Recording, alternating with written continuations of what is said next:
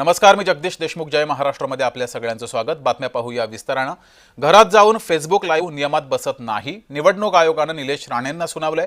सार्वजनिक ठिकाणी पैसे वाटप होत असल्यास कारवाई केली जाऊ शकते. राणे प्रकरणामध्ये निवडणूक आयोगानं ही भूमिका घेतली आहे. निलेश राणे प्रकरणात जिल्हाधिकारी यांच्याकडून माहिती मागवली गेली आहे. जय महाराष्ट्रला ही सूत्रांनी माहिती दिली आहे. तर निलेश राणे यांनी भाजपाच्या एका कार्यकर्त्याच्या घरात जाऊन बेडरूममध्ये जात त्या ठिकाणी पैसे होते असा फेसबुक लाईव्ह केला होता, व्हिडिओ बनवला होता आणि यावर आता निवडणूक आयोगानं आक्षेप घेतलाय. कुणाच्याही घरात जाऊन फेसबुक लाईव्ह हे नियमात बसत नाही असं निवडणूक आयोगानं म्हटलंय. निलेश राणे यांच्यावर गुन्हाही दाखल झालाय.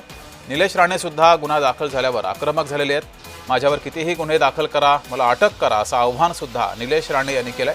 तर निवडणूक आयोगानं मात्र या गुन्ह्यासंदर्भात स्पष्टीकरण दिलंय. कुणाच्याही घरात जाऊन फेसबुक लाईव्ह करणं हे नियमात बसत नाही असं निवडणूक आयोगानं म्हटलंय.